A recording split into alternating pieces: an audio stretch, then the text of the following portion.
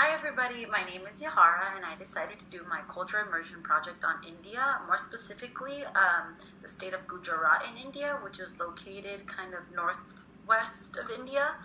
Its history is actually really rich because it underwent numerous rulings of different dynasties. It went from the Sultanate rule to the Mughal rule to the Maratha rule and lastly to the British rule.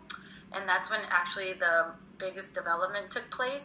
That's when they set up a military and they connected um, Gujarat to Bombay, which is another Indian state, and that's when it became the center of trade and manufacturing.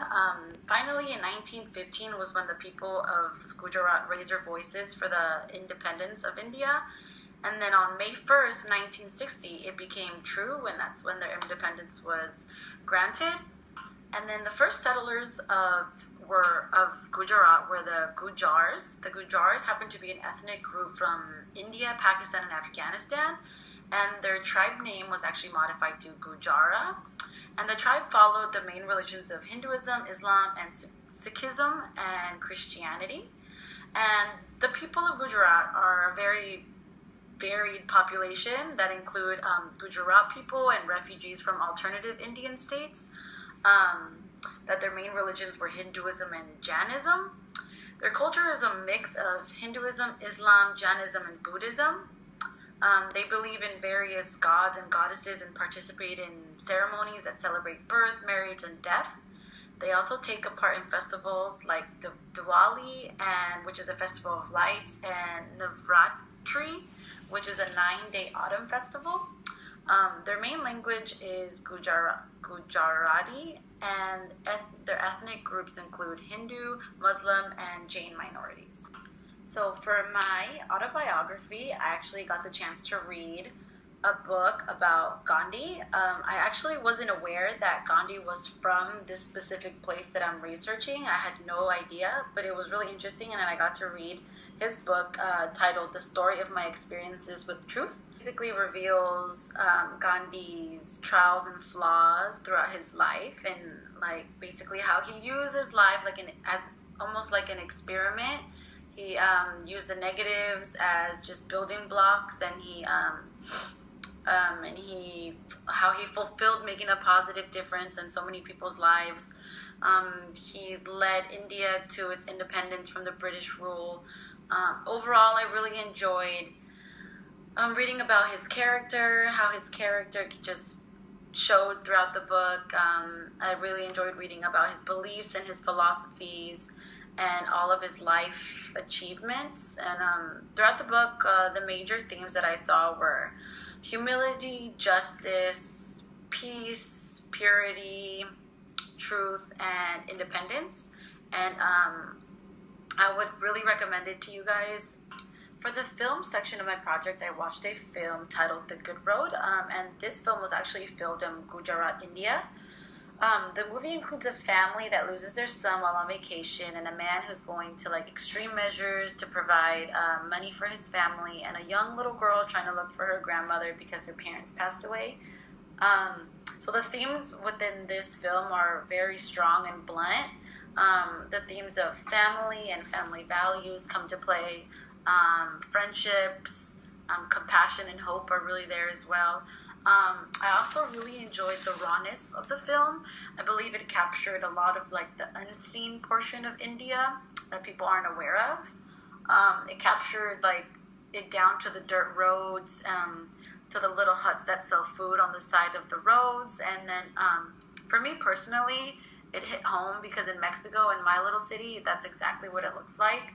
So it was really cool to see the similarities of completely different places. So that really was really cool to see that it's just yes, we have different cultures. We're completely across different, seas and stuff, but somehow it's similar. For my in-person interview, I got the opportunity to interview one of my previous coworkers. Her name is Namita. And I got some really good insight on her culture and her beliefs and her family. I was really interested to hear that she got her name because in her culture, when a baby is born, depending on the day, the parents follow a ritual where the name should begin with a certain sound or a certain letter. So on Namita's birthday, the sound was mm, so, and then her parents kind of just went from there. She also revealed that in her immediate family there are four. There are her mom, her dad, her brother, and herself. And some family roles include her dad bringing in all the income while her mother stayed at home and was like stay-at-home mom and took care of the children and eventually ran her own business. Some family customs that she also revealed to me were that they do all cultural and religious events as a family all together. They attend temples, and she also said that her mother lights a candle in their prayer room at home every day for each member of the family. And they'll have religious ceremonies at home as well. Namita also expressed to me that she is very close with her culture, that her parents raised her that way and it kind of just stuck this whole time. So she practices all of it continuously. I was also fascinated at the fact that she mentioned that most of her grandparents and all of her aunts and uncles have had arranged marriages, except her mother and her father actually was a love marriage. I really enjoyed the interview part because I actually got to go to her house and talk to her for a while, and I actually got to see like in person how her home style is, and on the shelves and on the walls there's numerous gods, there's books, there's Buddha posters, there's Buddha statues. She said that her mother actually collects Buddhas, and there's numerous paintings of gods and a lot of gold glittery things everywhere, and I really enjoyed being in that environment, and it was really awesome to see how her mother and her father really take on to their culture and how she does as well. Back in March, I actually had the opportunity to attend an event called Rana Holi, and it was actually in Milpitas, so not far from me at all. It was at this park, and it was basically a huge gathering of people who were there to celebrate Holi, which is a Hindu celebration. It's typically celebrated in India as the festival of color or the festival of love. It represents the arriving of spring and the ending of winter. And it's basically meant to be a place where people can go and laugh and meet others and play and forget and forgive and even mend broken relationships. It was actually really fun. There's huge white tents, and there was DJs, there's people running around with little packages of I don't know, like dusted paint, and they throw it, and others, and everybody's covered in different kinds of colored paint. Everybody's laughing, even kids, adults are running around like little kids, just throwing these paint like balls at others. There was food, there was dancing. It was a really cool environment, and like you could really vibe with people, and everybody's just so happy. And I was really just excited to be a part of it, and having it being so close to me, and I had no idea of it before this project was really eye-opening to me.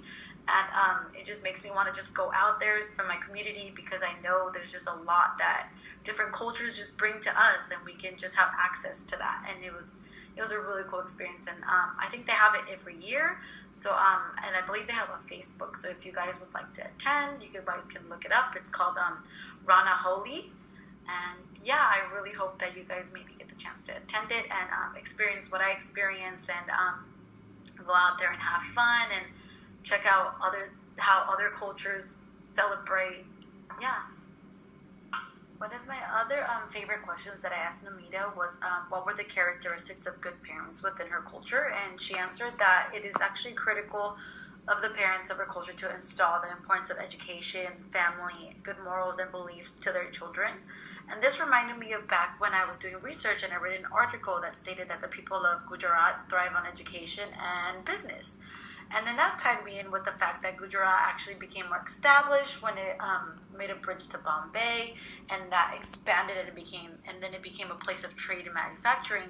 And that just basically showed me and helped me learn that how culture, family, and like place of origin and all that is so deeply rooted into every individual, and that how it just continues and just piles on top for generation and generation, and it just goes to show, and I could see in Namita, and from where she comes from, it just attaches, and that's pretty amazing. And that concludes my cultural immersion project of Gujarat, India. I hope you guys learned something, and I hope you guys enjoyed listening about the facts and the people and the history of Gujarat. And yeah, thank you for listening.